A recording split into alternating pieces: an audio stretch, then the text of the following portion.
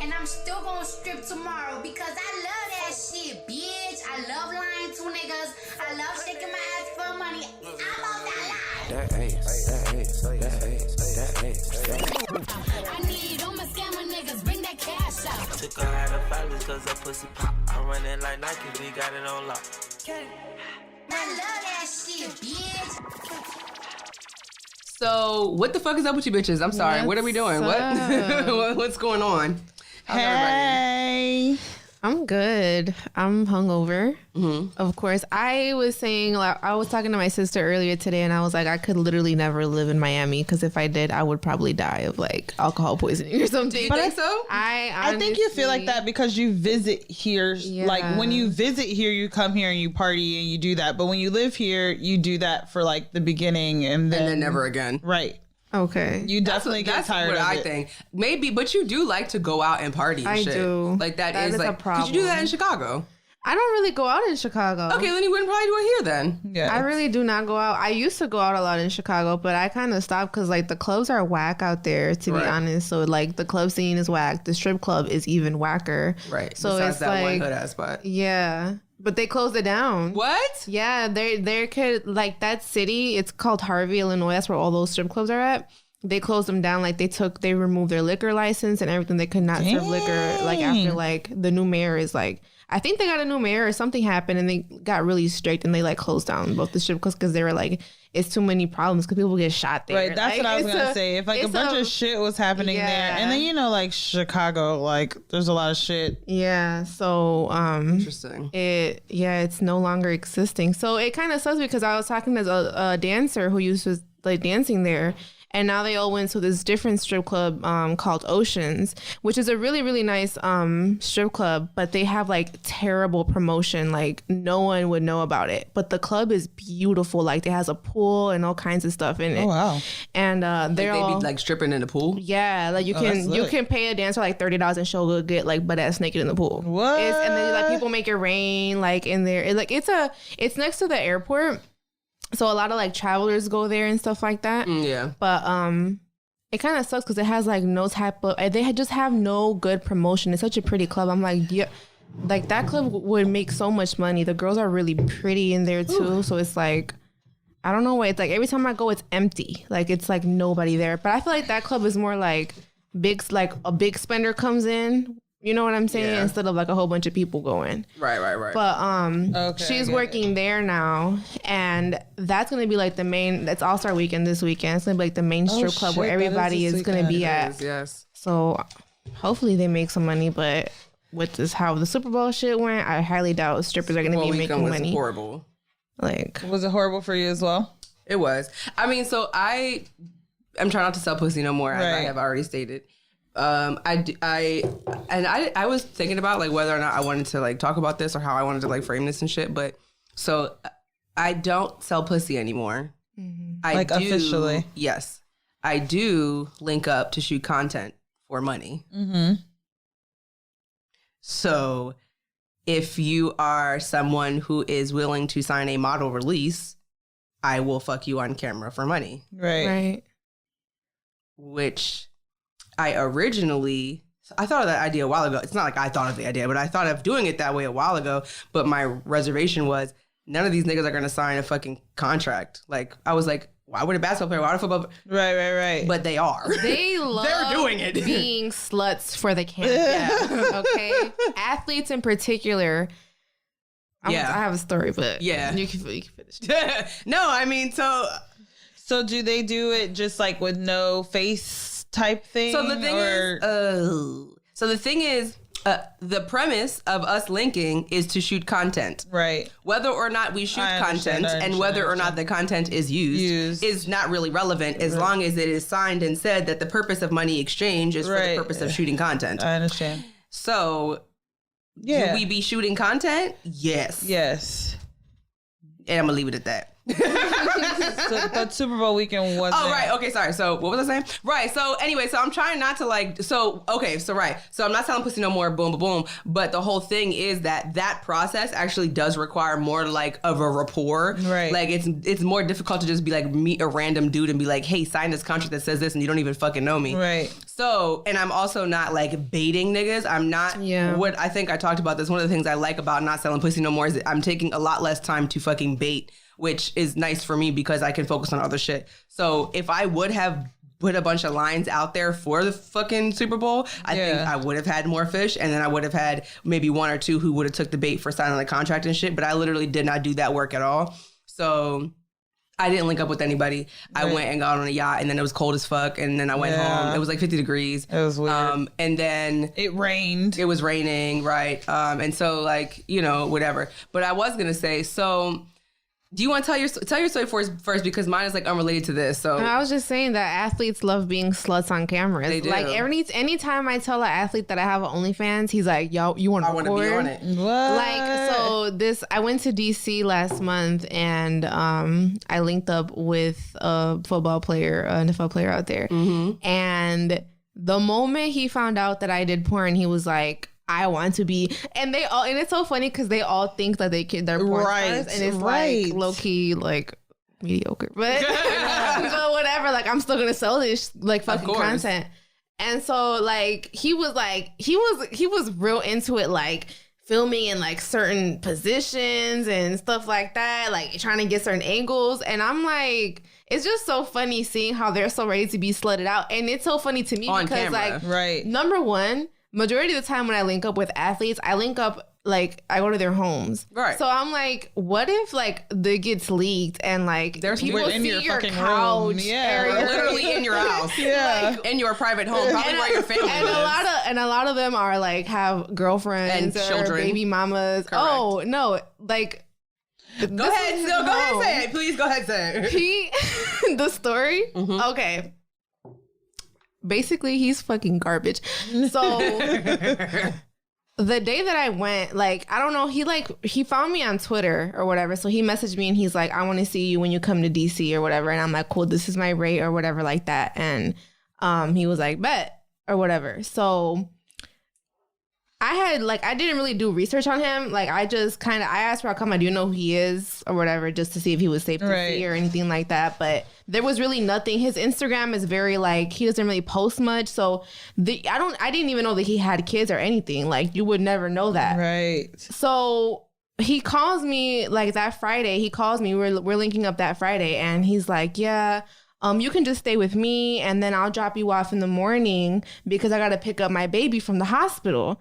And I was like, I didn't think about it. And I was like, okay, whatever. And then, like, we got off the phone. And then I sat back and I'm like, his baby out the hospital.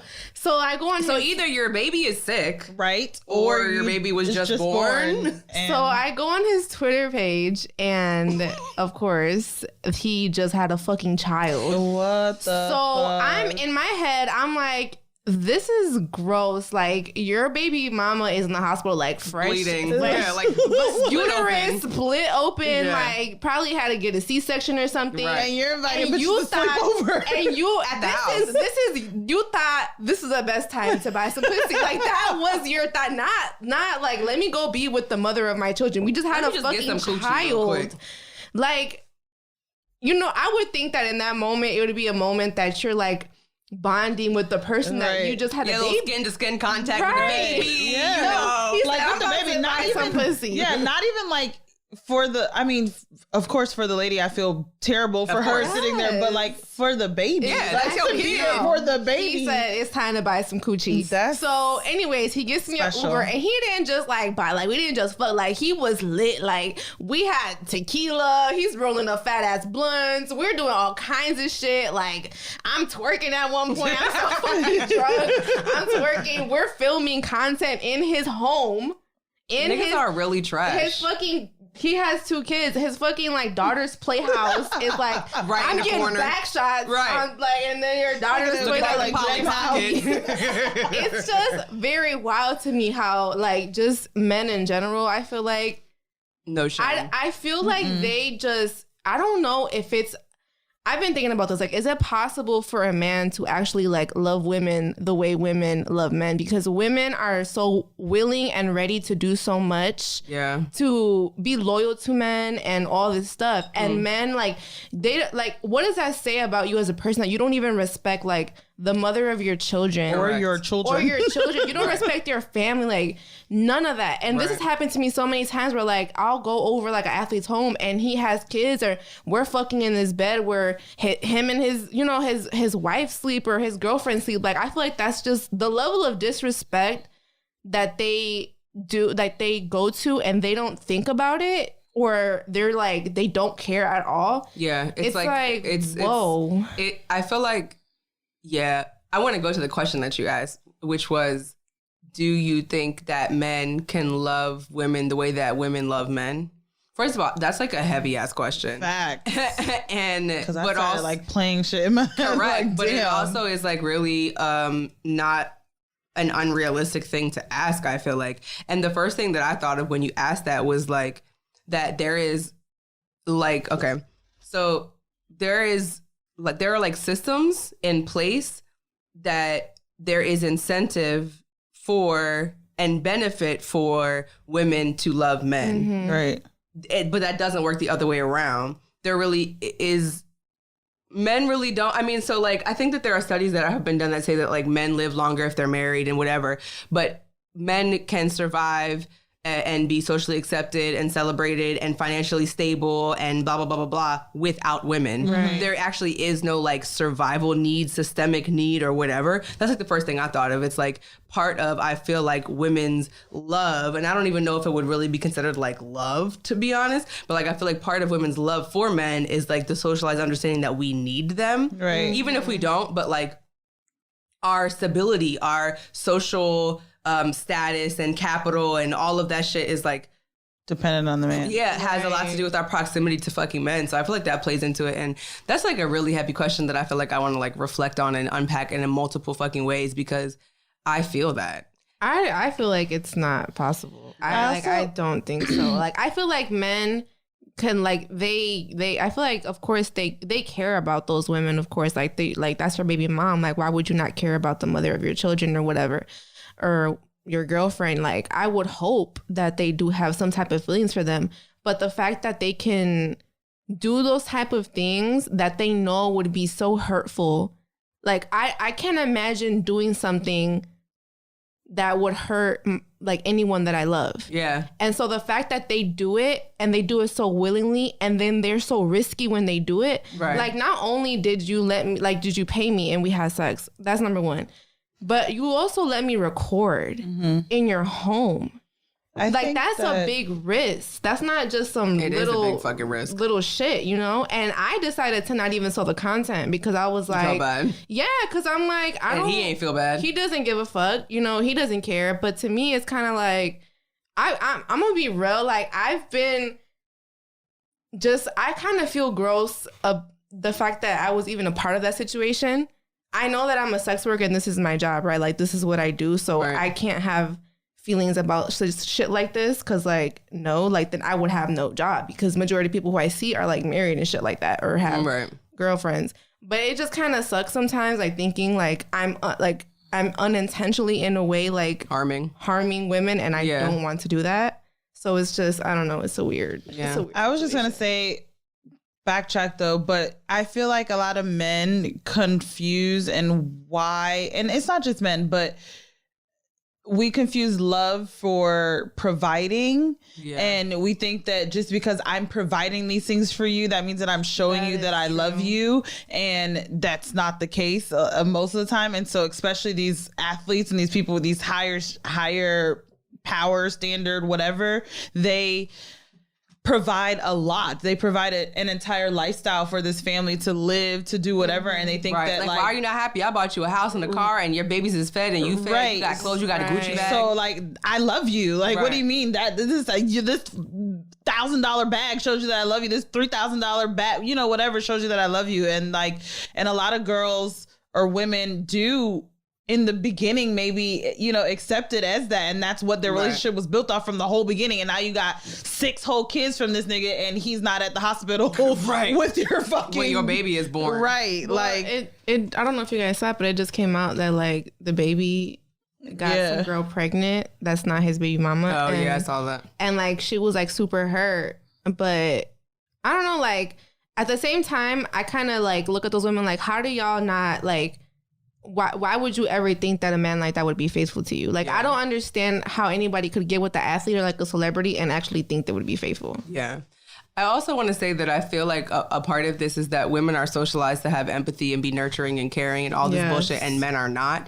And that allows men to like move about the world as like sociopaths, essentially. Like not being at the hospital when your child is being born, that is to me like you have no respect for another human being at all. You know what I mean? But again, there is incentive for that. There is space for that to exist with impunity. Like they're not getting dragged for that. They're not getting in trouble for that. There's no punishment for that. There's no.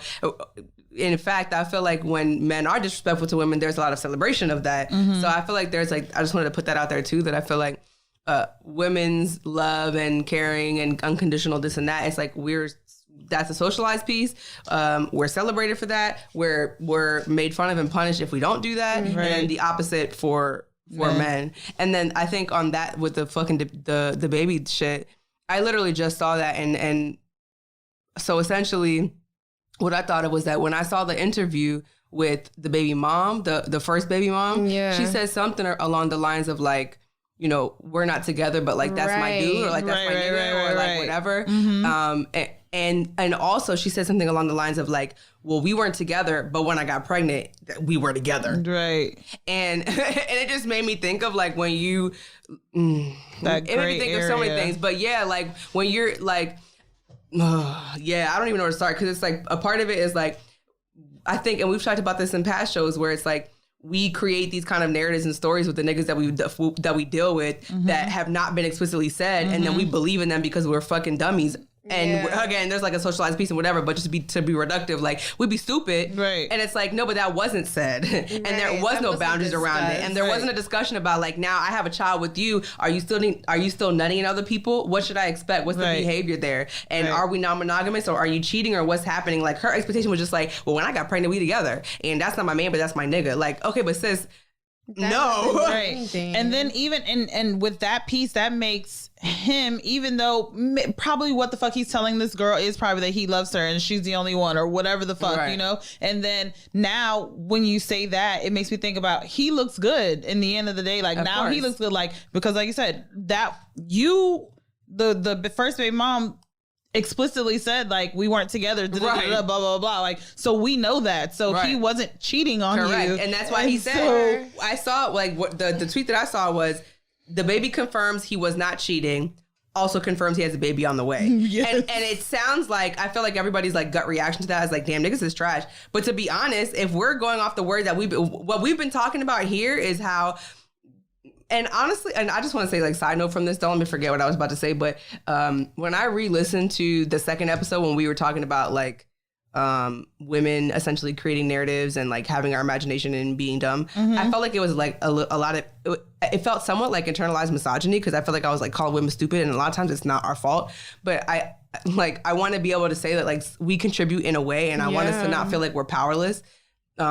Right. Does that make sense? So I just wanted to touch back on that too, because when I listened, I was like, damn, I sound like I'm kind of like bashing us. I'm like, we're so dumb, but it's like, I don't know. There's like it's tough love. It's tough love. It's like we need to hear this shit because we're making the mistakes. Right. We're constantly making the same exact mistakes that we know we can fix. Like we know that systematically we've been brought up and to be this girl, to be this person, and that's how we have to combat it. We have to change it because we have to say something. We can't keep doing the same shit. Correct. And had if the baby's baby mama, had she had a conversation with him explicitly, and of course we don't know their inner workings of what the fuck is happening, but from the outside perspective, and if we're just going off of what we know, it seemed as though there were no boundaries set. There was no, what are we doing, what's okay, what's not. And that's my whole thing, is like, we need to be initiating as much as we feel safe and possible to do so, those kind of conversations, instead of assuming that we're knowing what the fuck our niggas are doing, or that we know what the fuck is going on, or that any of that shit, because no, like, that's not what the fuck it is. And I also want to say, like, I feel like a lot of women fake pretend like they would be okay with certain shit. Yes. Like, I feel like she was like, oh, it's okay if you I'm fucking... cool if he's doing this, that, the other. I'm your baby mama. My baby, take care of me, as long as whatever, you come right? home to me. But in reality, like, okay, he did exactly that, and you openly okayed like, that. You trying, have y'all ever seen Gone Girl? Behavior? No. Okay, so Gone Girl, first of all, y'all need to watch that because it's fucking epic. It's epic. I know it's epic. I just fucking watch it. Never but there's a speech, she does like a monologue in there about Cool Girl. Cool Girl shaves her legs. Cool Girl gets a wax on her pussy even though it doesn't feel like it hurts. Cool Girl says, it's okay if you go fuck other women because I'll be here. Cool Girl. And like, that's exactly what I think of. It's like, sometimes and again, like, it's so much to fucking unpack around it because it's not just exclusively our shit. Like, there's so much.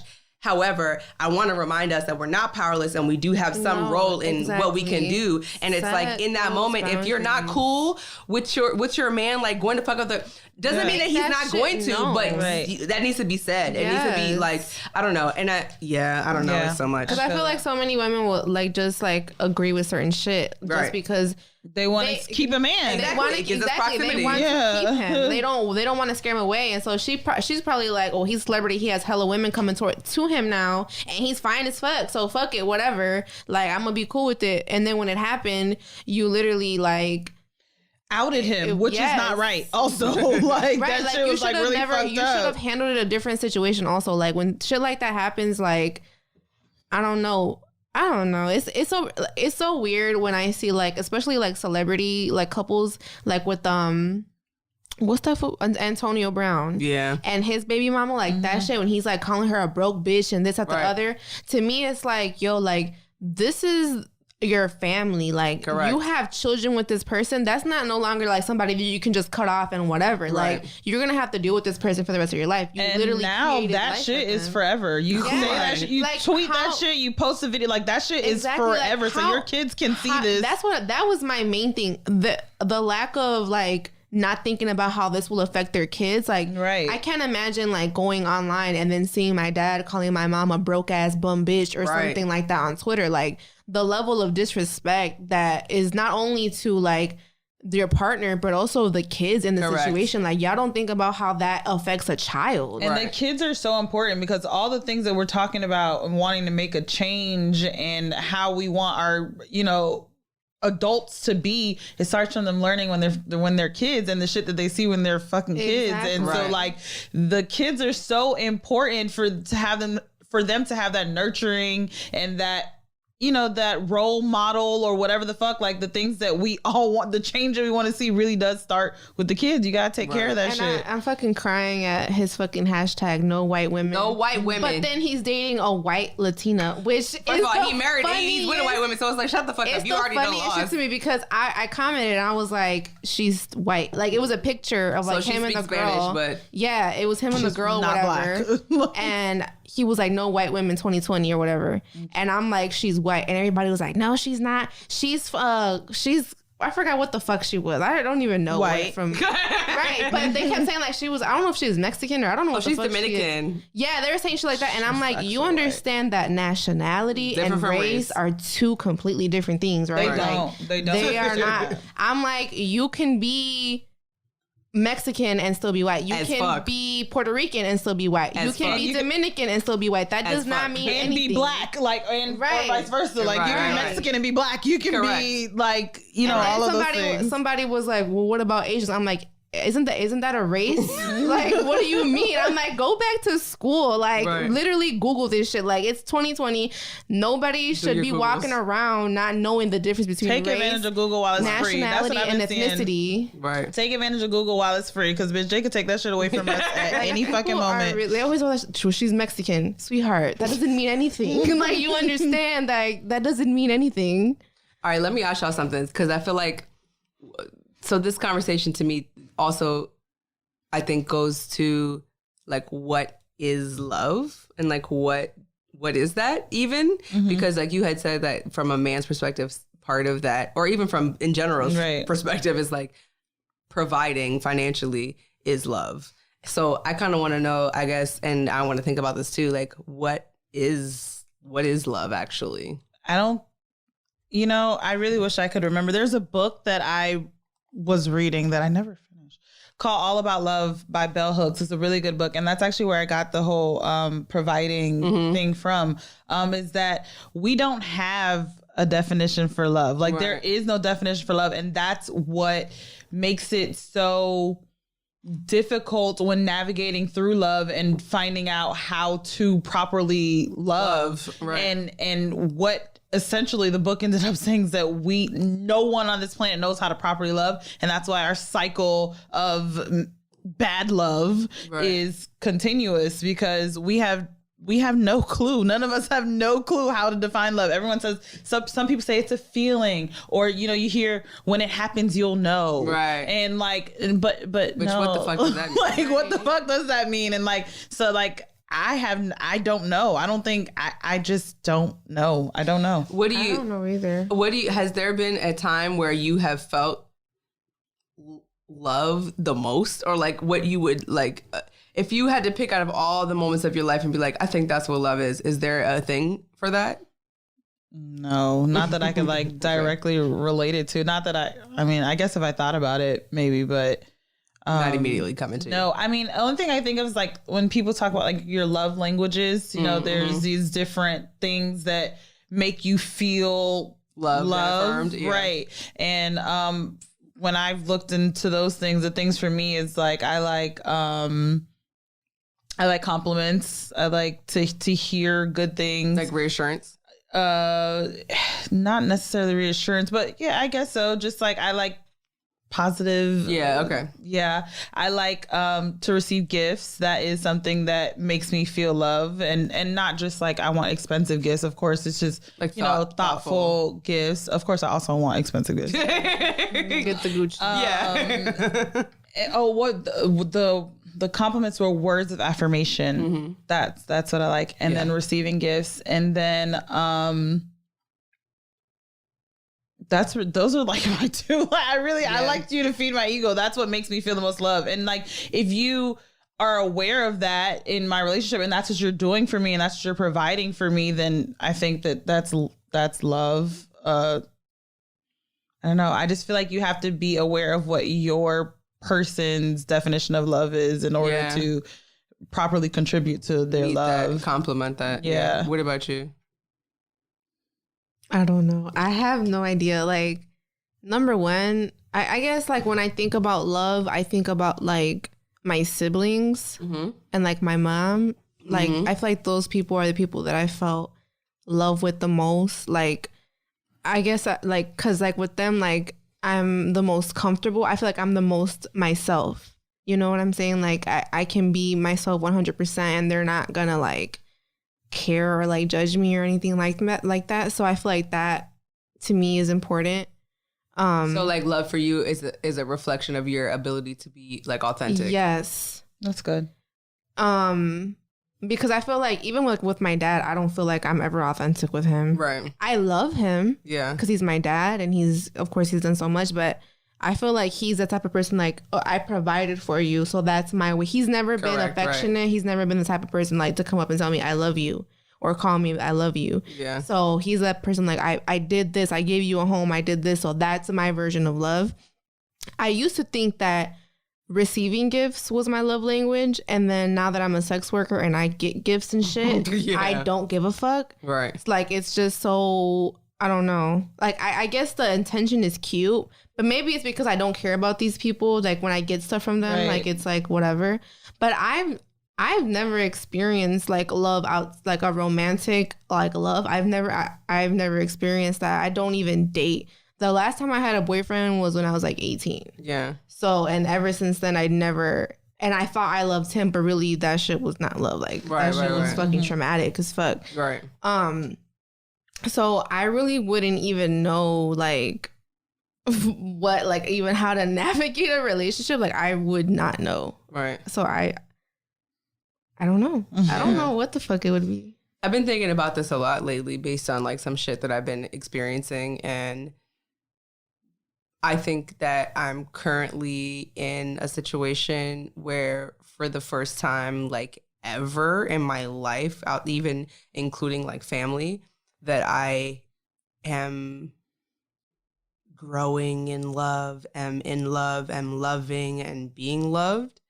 And what makes it or made it hit for me, and this was also like, so like experience it and then also like processing it in therapy, was thinking about like vulnerability and safety and showing up.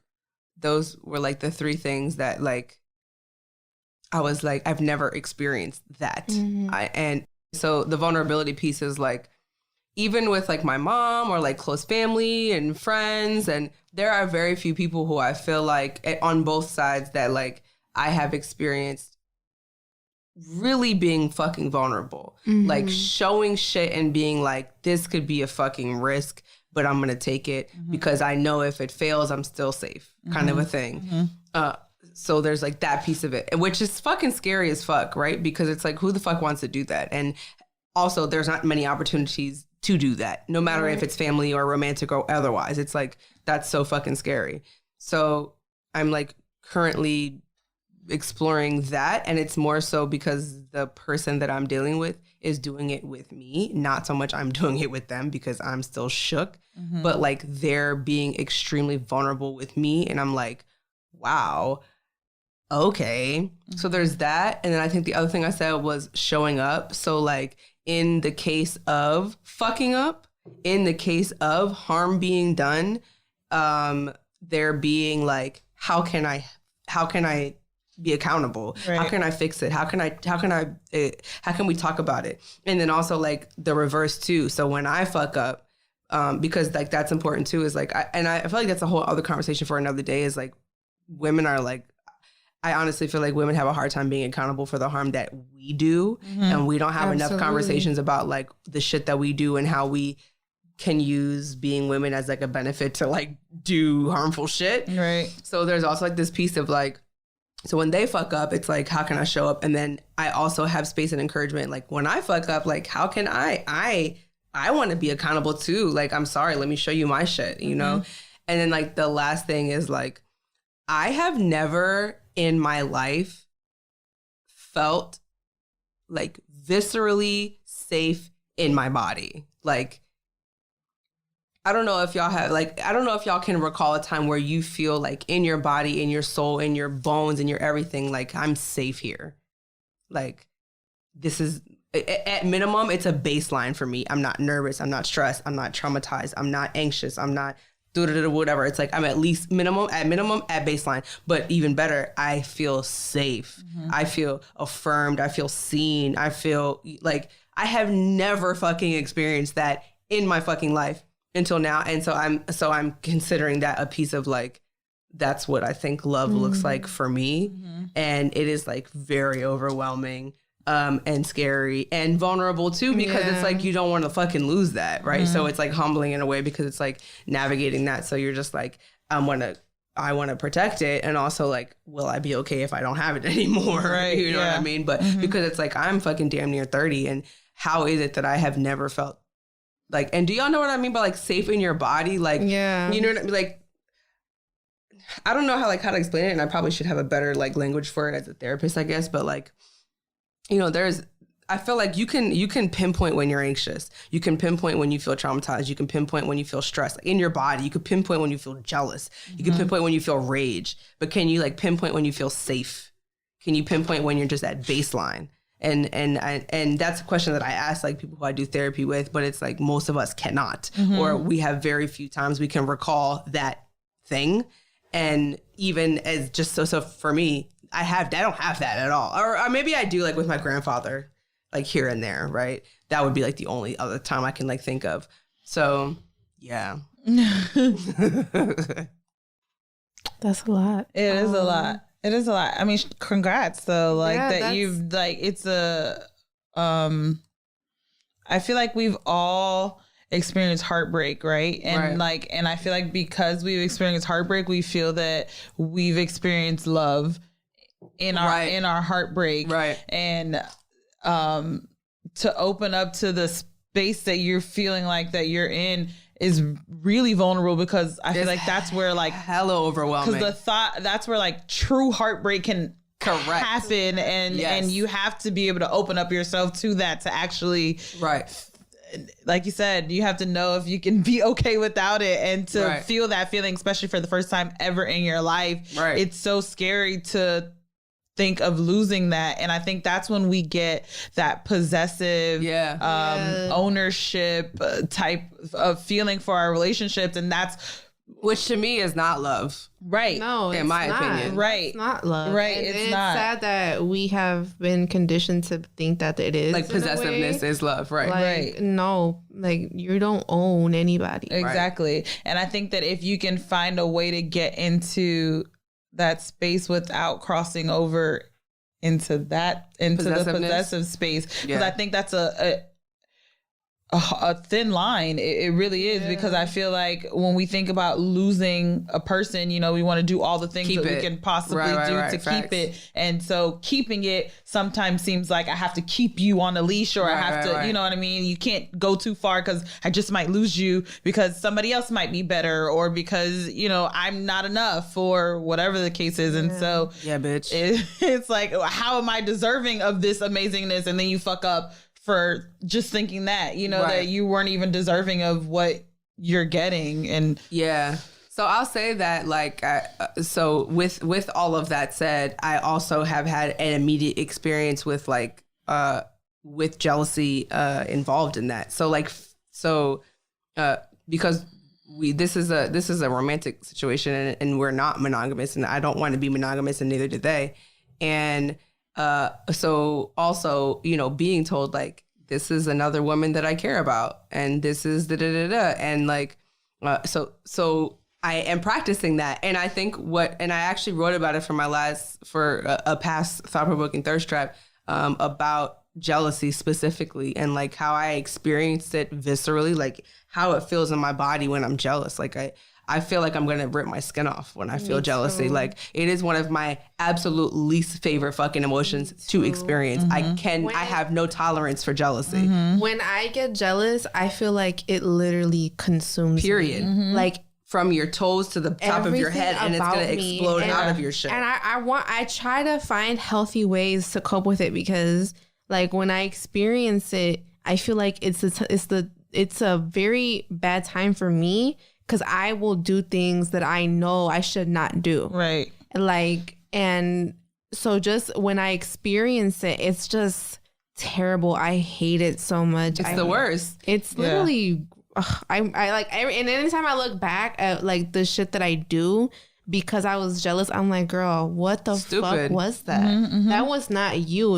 I kind of feel like when I become jealous, I feel like I kind of see myself outside. And I just do shit, and I just want to hurt them. Like, you did this to me, and now I have to do something way worse. And it's like, girl, it's not, you shouldn't, that's not healthy. Correct. It is not healthy. And this is like exactly what I wrote about. So what I did was, I kind of, so when I'm upset, the way that I try to like cope and figure shit out and not act impulsively, because if this were like 5 years ago, I'm keying your car, I'm cursing the fuck out, I'm blocking you, but is that successful? Is that productive? No, it's not. Does it make me feel good? Not really. In the moment, maybe, but no. So how I have learned to just like kind of navigate is like, I'm gonna write it out. I'm gonna just fucking get it on paper and see what the fuck comes out. And so when I recently experienced this, that's the first thing that I fucking did. And it was like, okay, naming how it feels in my body so I can have like a reference for what the fuck is going on for me. And then I have been doing this thing where I externalize it. So like I now, and I've been doing that for a couple of years, where I call jealousy like a bitch that I fuck with. Like, jealousy is she's become my homegirl. I respect her because she be coming out of nowhere. Sometimes she's hella chaotic, you feel me? But she came from somewhere. Like, she came from feeling fucking abandoned and sad as fuck and fucking insecure. And I respect that. And I understand her fucking story. And I understand, like, why she exists, and I understand where she fucking started. Like, I know her whole narrative and her shit, and I'm gonna give you some fucking respect, and I'm gonna ask you, you know, when she comes up and she's like showing up in my life, I'm like, bitch, so what the fuck is going on with you? Like, what's up? What's really going on? And that has helped me also to like make sure that I understand that I am not it, if that makes sense. Like, so jealousy is like within me, but it is not me, you know? And also to help like give her a whole story, and also to respect, like, bitch, she's authentic as fuck. She gonna come in the room and fuck you the fuck up. She don't give a fuck about nothing. She's crazy, honestly.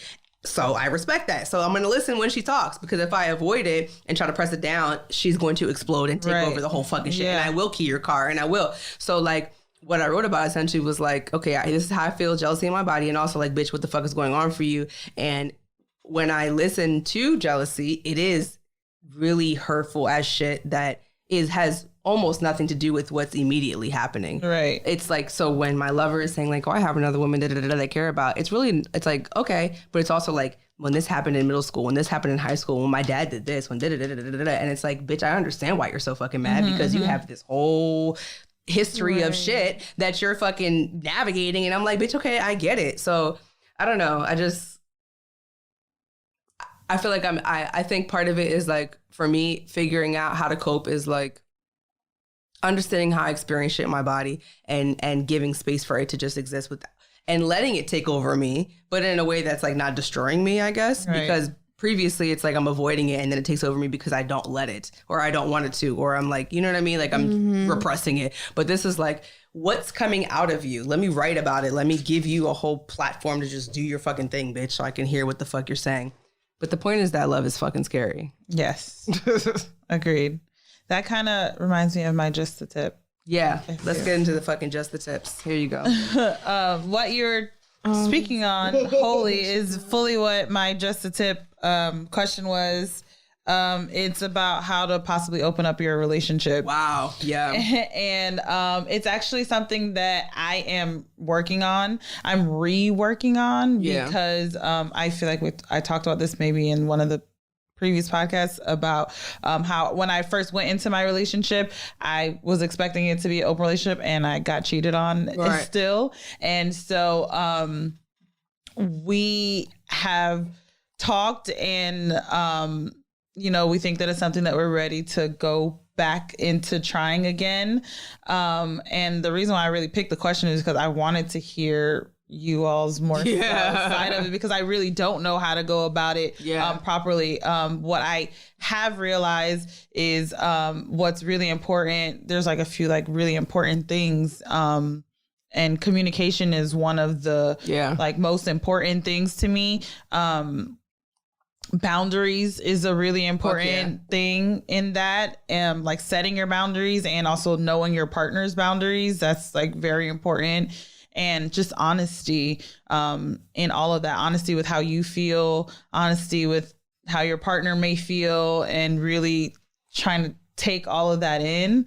I don't know how to fully maneuver through it without jealousy as of yet. And I'm realizing how much I'm realizing I've had a really, for the most part, easy life, easy breezy. I haven't really gone through too much. Things that think like when people say trauma, I really try and sit and think of trauma I've had, and I can't fully, like in general or around relationships. In general, think about things, and Good I know that, you, and bitch. I know, but I know that that's what I'm saying is that I know that there's I know that there's tons of shit that I need to probably unpack, but the type of person that I am, things kind of roll off of my shoulder and they don't build up. I've been lucky to be that person that for the most part, things roll off my shoulder and they don't build up, and I don't hold on to that. I just next day. But with me being cheated on was something I realized that was the first time. No, that's what I'm saying. That was the first time I've ever really felt personally attacked by something and like personally hurt, and the trauma of that and how that has had me move through the rest of my relationship has been really difficult. And especially with trying to open up my relationship, it's extremely difficult to move past that. And how do we get back to that trust level of us being honest with each other and us saying, setting our boundaries and saying things that we're okay with and what we're not okay with. And We're figuring out. My real problem is right now is that I don't know where to meet people at. I don't even know. Like, I don't Y'all even. gotta get a motherfucking Airbnb or something. Listen, Well, y'all yeah, gotta that go on too, and Tinder that's another thing. Bumble. No, but first of all, like, I downloaded Tinder, I deleted it in 2 days. Like, not even 2 days. I deleted it in a day because it was just like, I don't want any of this shit that's coming to me. It's like, Okay, I will say Tinder has very bad quality of people. Bumble, on the other hand, has great quality people. okay, that's good to know. I met my Just the future tip. sugar daddy. that's really good to know. Go download Bumble, bitches, because them 74-year-old men who ready to spend are on there. But yeah, and so Wait, tell me the question again. How do you move forward, possibly opening up your relationship? Do you have something that you want to immediately I have say? nothing to Okay. contribute because So- I don't even do relationships, and Yeah. I would not ever know how to do an open relationship. I don't Yeah. know.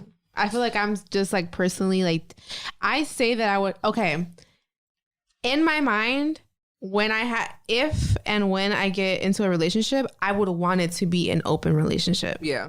because You're saying that's what you say in your mind. yes, because In theory or in practice, not so much. I believe that I could never be everything that somebody wants, and I never want to deny somebody Correct. things that they may need that I might not be able to offer because I either don't want to or just can't. So I don't want to ever stop somebody from experience wholeness, if that Yes. makes sense, because of monogamy or whatever the fuck. And then at the same time, I know myself, I know that one person could never give me everything that I want. Right. And I know that I am capable of loving, because I have been in situations, not that like dating, but like I care about this person for this reason, I care about this person for this reason, and I like all of them together. Right. So I don't want to also neglect myself from experiencing that. But my jealousy part of myself, I would have to like really work on that to be able to deal with that. And I would have to have a partner who is like very patient Yeah. with me and learning how to navigate my jealousy. Because Yeah. if he is not or she is not Yeah. comfortable with that, then it would never work. Right. Yeah. So I've had a couple like non-monogamous relationships, and I think I don't even like know where to fucking start. So there's a couple of things. I think the most important things for me have been that the foundation of the relationship with the person is that I'm very clear about where I stand with them. What are we doing? Who am I to you? What is appropriate and what is not? If I'm just a side bitch, I'm just a side bitch. If I'm your main bitch, I'm your main bitch. Like, I need to understand where I am because that helps me to navigate the rest of it. So like and that has to do with like security and safety, kind of what I was talking about earlier, right? So like that's solidifying it. And it doesn't mean that I have to be the main bitch. It just means that I need to know if I'm not the main bitch. Right. You know what I mean? Right. So that I can make sense of all of it and I can have the autonomy to figure out how to fucking navigate. So there's that piece of it. And then there's another piece of it, I think, that is very explicitly setting boundaries and saying like, this is what I'm okay with and this is what I'm not. And also I don't know about this part of it, so let me evolve and let's have another conversation later. And maybe it'll come up and I'm going to be triggered as fuck and please give me space to be fucking triggered. Yes. And then let's revisit it so I can tell you I was not okay with that. This is now a wound that we have to heal together. Are you cool with that?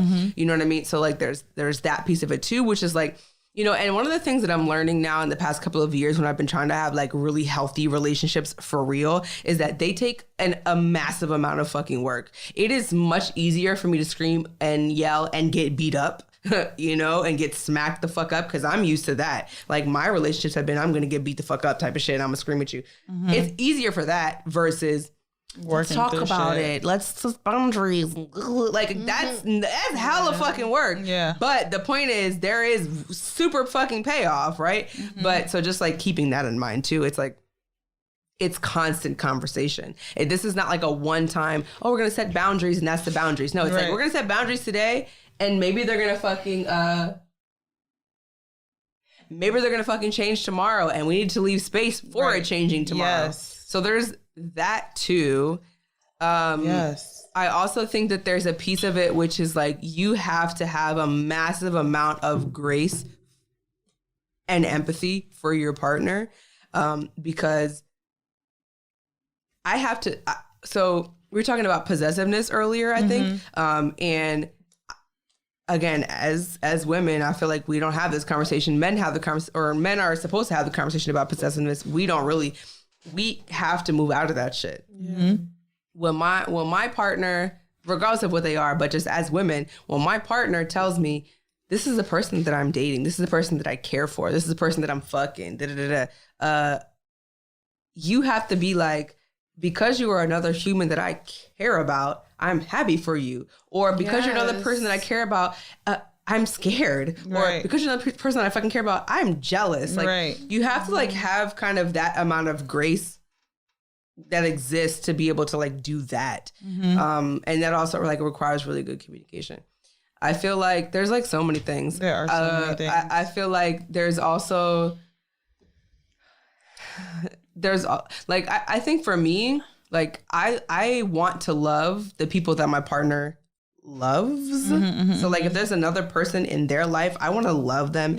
But that's also because like what makes me feel safe is knowing about the people that they're dating. So I think another thing I guess would be like knowing what your boundaries are, and like because some of the niggas that I be dating, like they don't want to know what the shit that I'm doing. Right. Yeah. And that's their boundary. Right. So I don't go to them and say like, oh, today I was doing this and I was fucking this nigga dicking and I was fucking dicking. I just be like, yo, I'm going to work, and they're like, cool. Gotcha. Talk to you later. Yeah. But to me, it's like, who's the bitch you was out with? Right. Oh, what's her name? What is the relationship? What's her Instagram? What's the nature of that? Like, how is it going? Yeah. And then be like, oh, so where do you think it's going? Like, oh, I think I fuck with her heavy. Oh, cool. Let's fucking keep in touch about that. Like, so, you know, and also like, I think there's the whole other piece of it is like, going into things with goodwill. I don't like to say good intentions, goodwill. So like, I'm not going to ask you a question that I don't want to know the answer to and then beat you up about the answer you give me. Right. You know what I mean? So which like, is hard to do sometimes. It is. Because like, not even just that you're expecting a certain answer, not even with expectations, but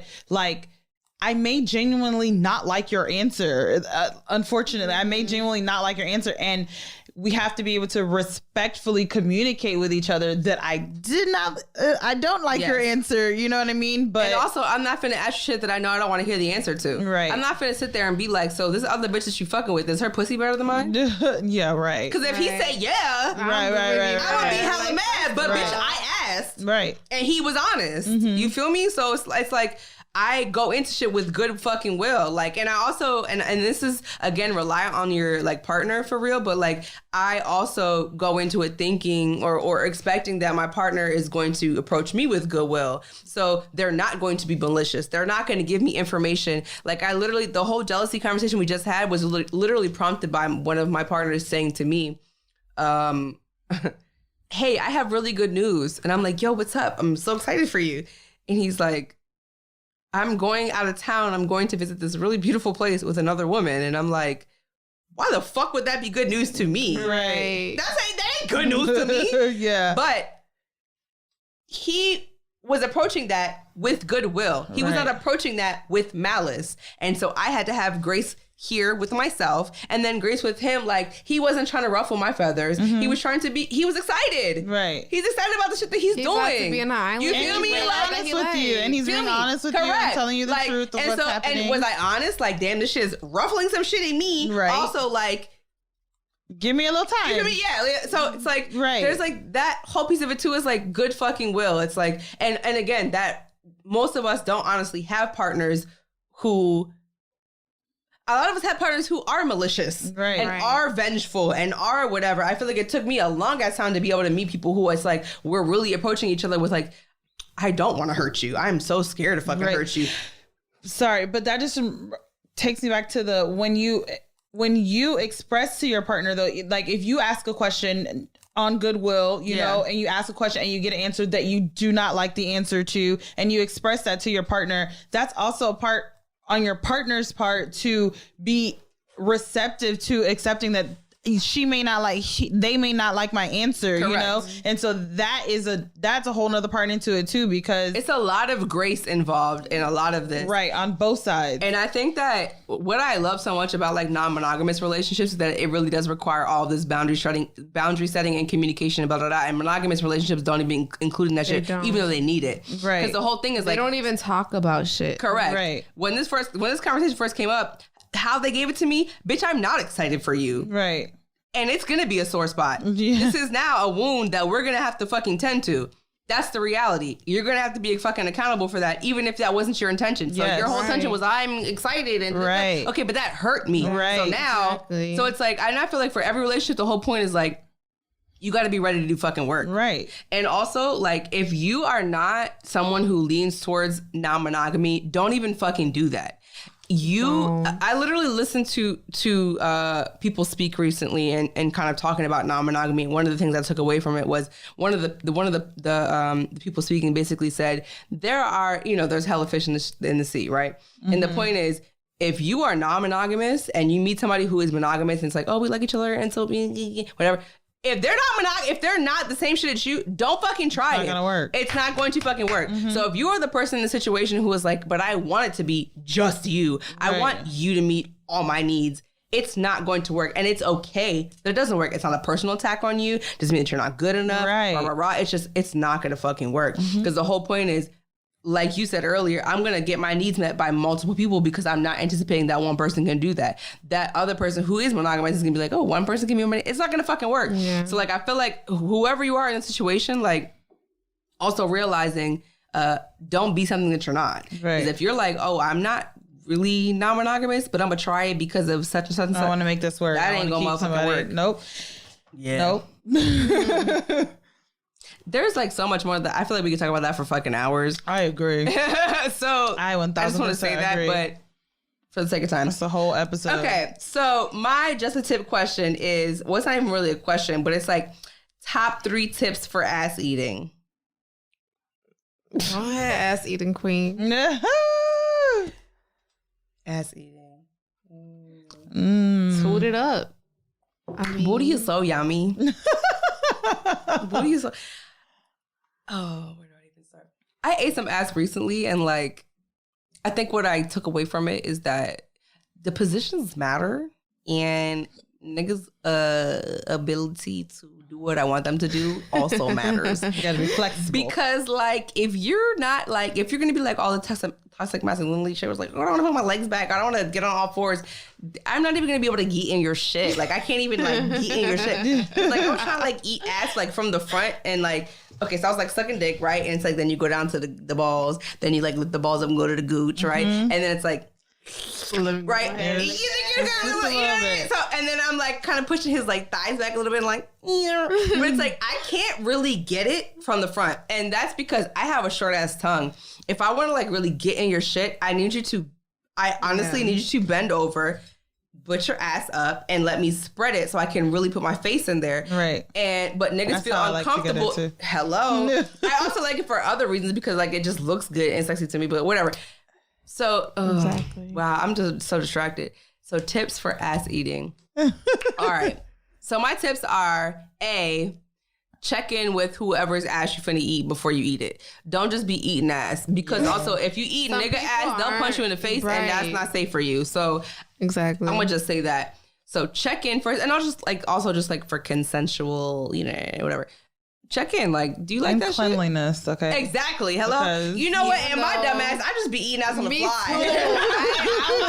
I'm like, look, I never asked. And this is my first, like, last year was my first year eating ass ever, and it was a very interesting experience. Kudos to you. But you feel that power. To the club. That's not only was it fine ass men, but they were also athletes, so they were like built, and so just to see men, it kind of felt like on some dom shit. Like, yes, 1000%. I'm spreading ass cheeks to like lick your ass. Like, you tooted up and bent over for me. Anytime my mouth is on a man's body, I feel the power. The first time that I ate ass, he was like on his back, but he like, you know, like that little like twerking position like strippers do when they like lift their whole body up, and they like, that's what he basically did. Like, he lifted his whole body up, And I was just going ham, and it was fucking great. And then the second time, dude was like on all fours, and I was like, That's my favorite. Yes, give it to me. lit. That or sitting on my face. I love that.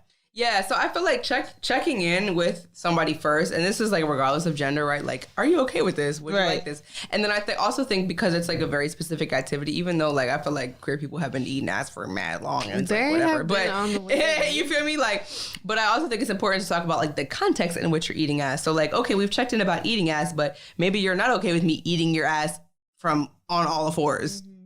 And I don't want to ask you like mid-fuck to be like, get on all fours. And even though, again, like I'm a woman and I'm like less powerful or whatever, like also in the moment, like I want to make sure my partner's okay with being like, no. Right, yeah. Like I want it from a different way. So like asking like the context in which this will exist, what is the best way for it to happen? And then also like, I guess cleanliness, like taking a shower, although like straight up full disclosure, I be eating ass on the fly. I don't even be giving a fuck. I've never had a bad experience. I've heard about people having bad experiences. I've never had a bad experience. God bless. And I don't know if that's right. I don't know if that's because niggas are just like fresh every time I see them or what the case may be, but I've eaten some ass where like I have like a little smell because it's booty, but it's never been like I'm eating dookie. I've never like either. I've only ate 2 asses though, but both asses were fresh and crisp, washed. Yeah, and that should be delicious. Lotioned up booty. So that's good. Period. We love it. That's the best. We love to and it's like, and well, because I also eat vagina, like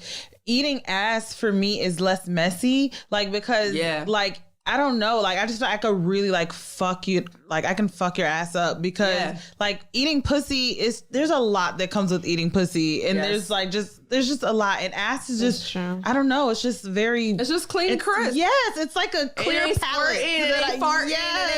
You there. What is farting? But yeah. You know what I mean? Yeah. Fart is I just want to say team ass eating and just do your best. Like, I haven't ate ass in a minute though. I ain't toot gonna that lie. shit up. I love to eat a little booty. Okay, so my question is, I'm gonna oh wait, I'm gonna do how I put your whole thing, I'm sorry. I was like, wait, am I dyslexic? No, how do you know if your clients are clean? You don't. You don't know if anybody is your partners in general. Ever. You can do the most to prevent. You use condoms, you use dental dams, whatever you need to do, but you never know. Right. And that's even with regular people too. Anytime you have a one-night stand or you fuck your partner, you don't know if they're clean. Right. So I just hate this question a lot because it's just like that stereotype of, well, you know, prostitutes are fucking prone to STDs and blah, blah, blah. When in reality, it's like, I feel like we are more prone to go get tested, actually practice safe sex because we are fucking multiple people. We are more prone to actually like have the safest sex possible. Right. So the fact that this question is even like, how do you know? You don't. Yeah. Period. But I would assume that the people that I meet, I would hope that they are also more prone to getting tested and doing what they need to do to make sure that they're safe, because majority of the men that I fuck are married. So I would hope that they would do their due diligence and get tested and whatever they need to do to make sure they're also safe. I just want to say that no sex is safe sex. Exactly. Safe sex does not exist. It's like safer versions of sex, but there ain't no safe sex. Absolutely, the only way. You motherfucking, if you're worried about getting fucking STDs, don't fucking have sex. Correct. Because period. Don't, because that is a consequence. That's not a consequence, because I don't want to make it seem like sex is like, if you have sex, you're gonna have STD.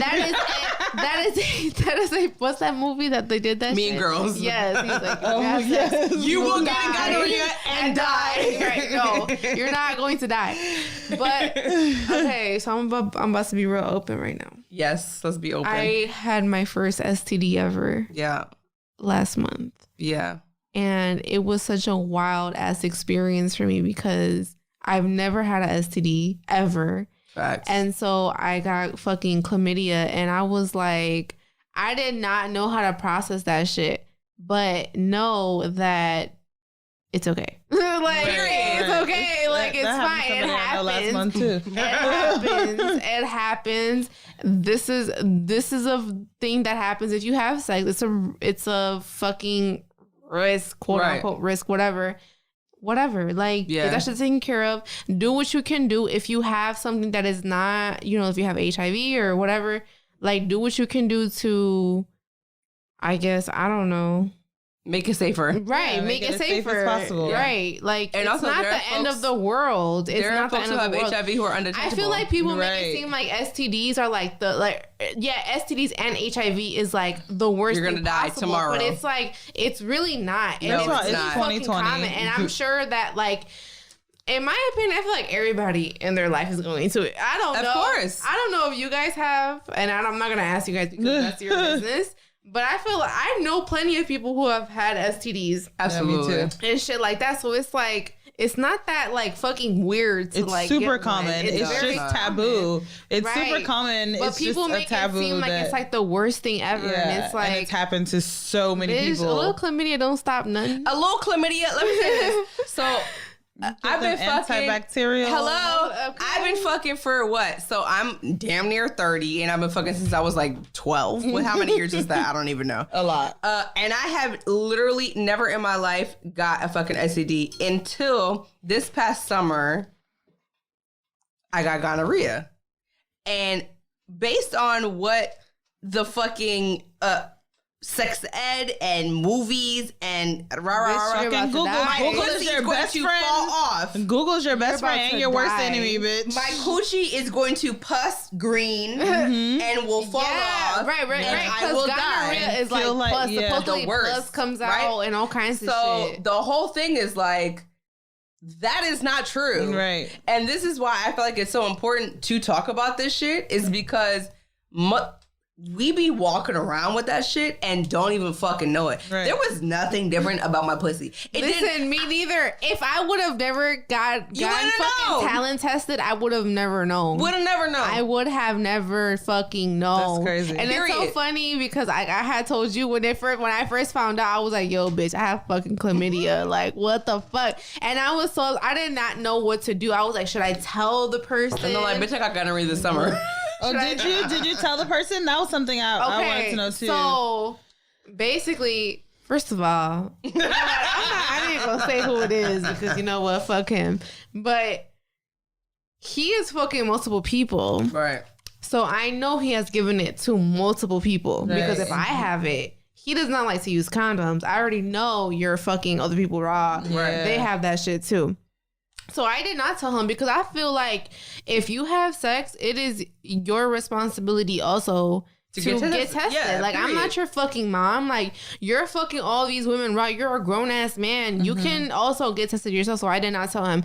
But I did fuck him again. But I asked him, I told him, you know what's... Okay. You know what? We support you and love you. So all day. Okay, so... I kind of feel like he had it and he knew because one day I have fucked him again or whatever like that, right? And so like he left and I was like going through his shit because I was like fucking bored. Wait, and first of all, were you nervous to fuck him again that you were gonna get it again? I was, okay. but I asked him. I'm like, I just brought it up casually. I'm like, well, I was like, I know you're fucking other girls or whatever. So like, when's the last time you've been tested? And he was like, I just got tested last week. I'm clean. Liar. Blah, blah, blah. Period. No, but I don't know if he was lying or what. But I will say that I was over his house and I was going through his shit because like sometimes I go through people's shit because I'm bored or whatever, and especially like So just know your shit's been gone through. No, not yours, not yours. I go through dude stuff because I feel like dudes hide so much shit. I feel like dudes hide so much shit, so I always go through men's shit. Like anytime I'm over their house, I'm always going like opening drawers, like what's in here? Like what's you in got here? here? Oh What's my in god, that would be so much And so fun though. he has a big ass house. I was just going through all Yeah, that would be really So what fun did you find some though. antibiotics? Yes. Yeah, For he fucking cleaned the this same week. ones that I got. For the fucking chlamydia he had. So he took his So shit. he didn't tell me that he had it, but I knew that he had it because he had the same pills that I had. So I'm like, okay, look at him actually being responsible. And he also did it. So I got tested again and I'm fine. Yeah. But Yeah, it's just wild. No, and first of all, I want to like thank you for sharing that and like opening up that space, because I feel like it's really the whole thing about STDs is that more people than we talk about have had STDs or have STDs, right, and HIV, and that's the whole fucking point, is that it is not this uncommon human experience. It is a common human experience, and either we talk about it and deal with it, or we fucking don't. Right. Correct. And so, like, and also the whole point is that when it does happen, like I said earlier, it is not this life-ending penis falling off, slime green shit come at you. Like, that's not what it is. Right. It's literally just, you go to the fucking doctor, you get tested, it's like, oh fuck, I am positive, and then you get your fucking shot and it's fucking over with. Because like majority of the STDs are curable. Like like majority of them are curable. Exactly. And so like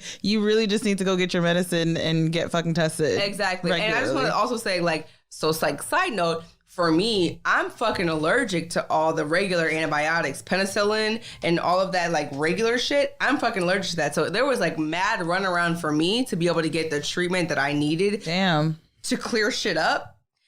So it was very stressful. I would say that. I can imagine. Right, because like most people, you get a little penicillin shot. It'd be quick. Amoxicillin or whatever. The whole Cillin family. I can't take none of that shit, bitch. So it was like, oh, what can you take? And it was like, oh, I had to go like 3 different CVS's and all that shit. It was like, it was very stressful. But whatever. The point is, once I got the fucking shits, and I took like pills too, because I had to like to like the suppository shit, right? So I had to do like 2 shots on my butt cheeks. And I had to take pills. You had to do them yourself? You had to do the shots yourself? No, they did it for me. Oh, I was going to say. I went to the gynecologist, they put it in butt cheek. And like for like 2 months, I feel like I had like little knots in my butt where they did it also. Aww. Which like made me feel uncomfortable, because like if niggas like feeling my butt, they can be like, what's this? You had gonorrhea. This is my gonorrhea shot. I feel like you're probably a rare breed that had to get those shots in their ass like that. Baby, this is like gonorrhea shots I got last night. I'm good. But I also had to take pills, right? But like the whole point is that A, it's not uncommon. B, you can get that shit taken care of and it's fine. And C, like, it is a fucking human condition to get sick.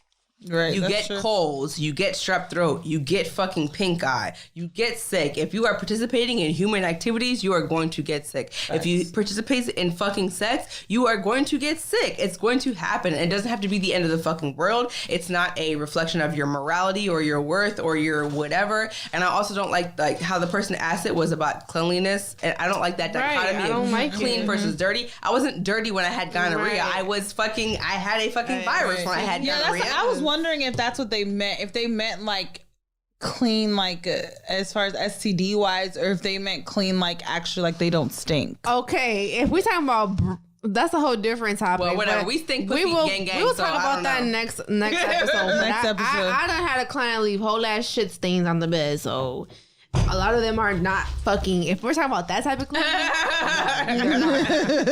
no, but so, and I want to just speak on that also, because what I would like to say is, as a partner to people, whether it's clients or just regular situations, is you have a responsibility. If you are so concerned about STD and HIV status, you have a responsibility to explicitly ask people, what is your status? Yeah. When is the last time you got tested? And I want to say, as a person who fucks a lot, we don't be talking about that shit. Nope. There is never a fucking conversation which is like, when did you go get tested? Right. Are you positive for this? Fuck. You'll be just be fucking. And niggas also be fucking raw. And I be like putting it on niggas like, oh, they be trying to fuck raw. But bitch, I be fucking raw. Raw. You feel me? Like they be like, oh, you niggas go fuck raw, but do I accept it?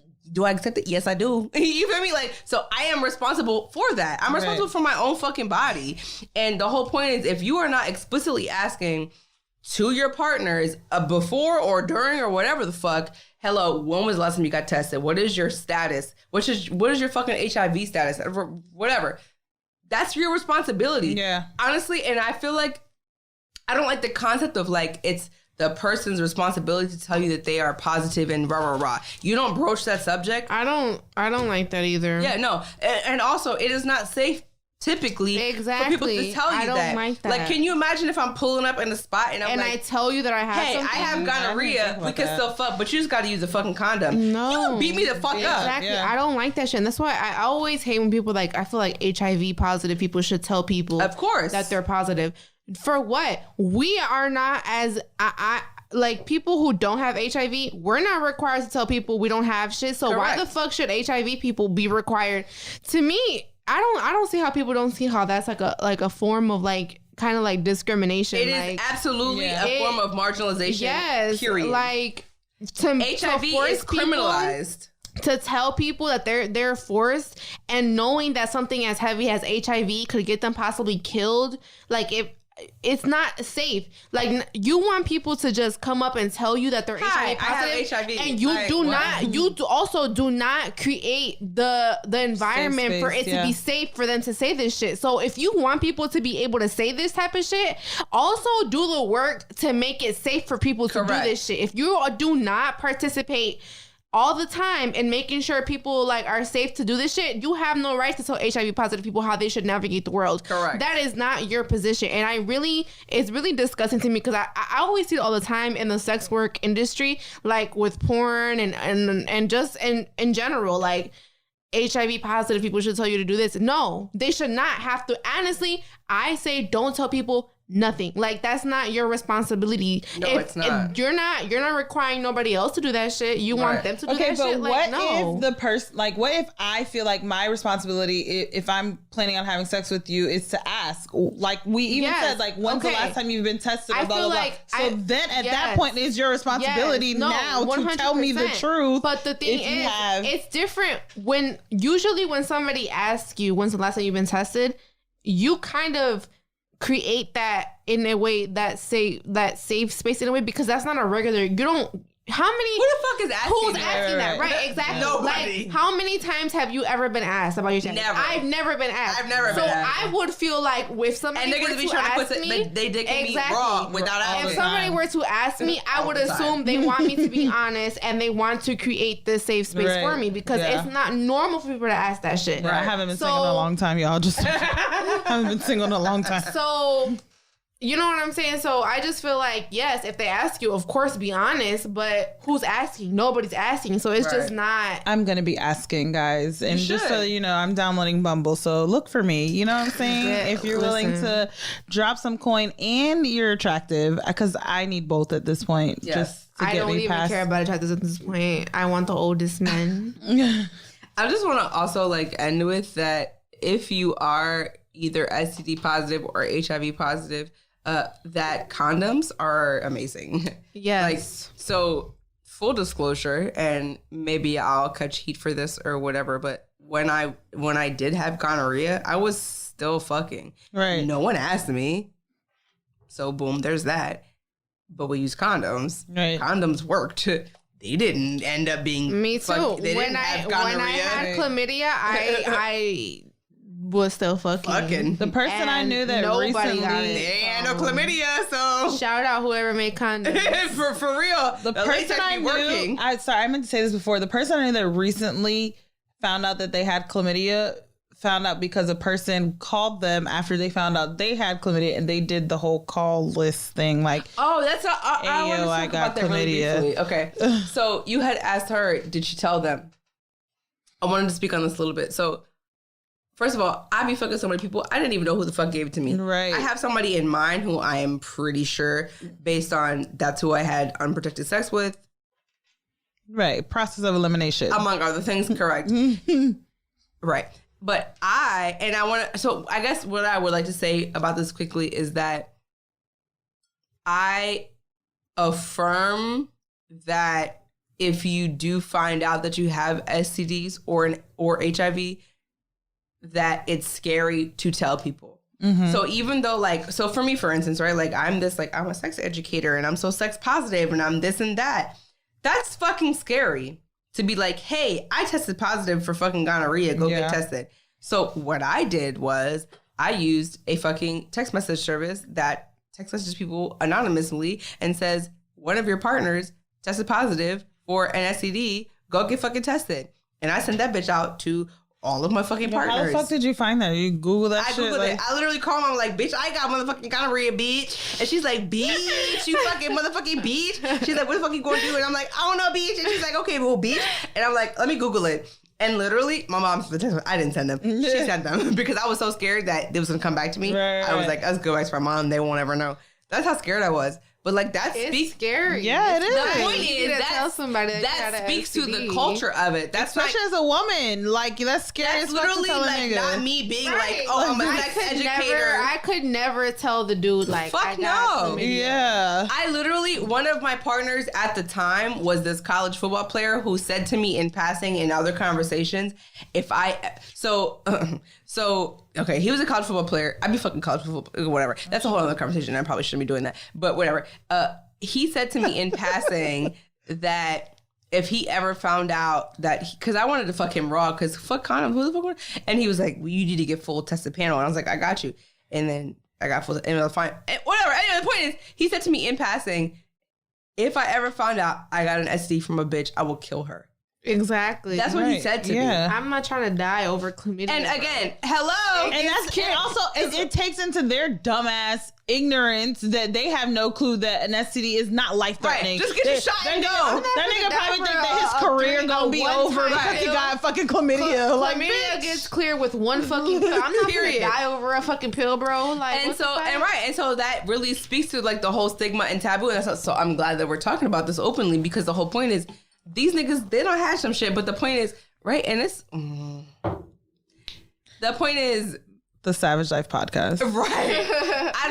I really don't owe you that. And I just want to, I guess what I want to affirm is that if you do test positive for STDs or HIV, if you want to go the route of anonymously telling people, that's fine, because I understand the safety concern.